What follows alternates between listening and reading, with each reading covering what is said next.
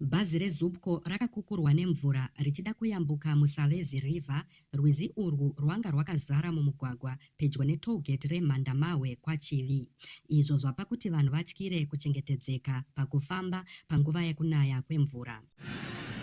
Zviri kuitika pano paMhandamawe pakati padhuze nepatollgate.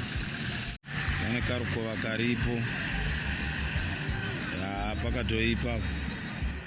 Imwe vhidhiyo iri kutenderera padandemutande inoratidza mafashamo akaipisisa pedyo nerutenga mumugwagwa weMasvingo Beit Bridge, zvichiratidza kuti kune njodzi.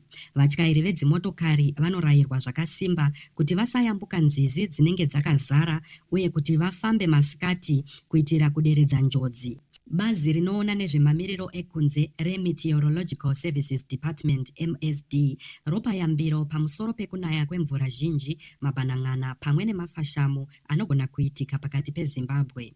Mamiriro ekunze akashata ayo akatanga last week Saturday ari kutarisirwa kuenderera mberi kusvika Chipiri next week. Authorities are urging citizens to take necessary precautions as the heavy downpours may lead to infrastructure damage and travel disruptions. Kuchimani-mani mvura iri kunaya zvikuru mudunhu iri uye zambuko reUmvumvumvu kunedziwa rakafashukira nekuda kwemvura iri kuramba ichinaya. Sezvineiwo hapana vanhu vafa kana zvipfuyo zvanzi zvafa kusvika pari zvino. Nekudaro nekuwanda kwemvura inotarisirwa, vagari venzvimbo dziri affected nemvura iyi vanofanirwa kuramba vakangwarira to remain on high alert and follow safety advisories from officials.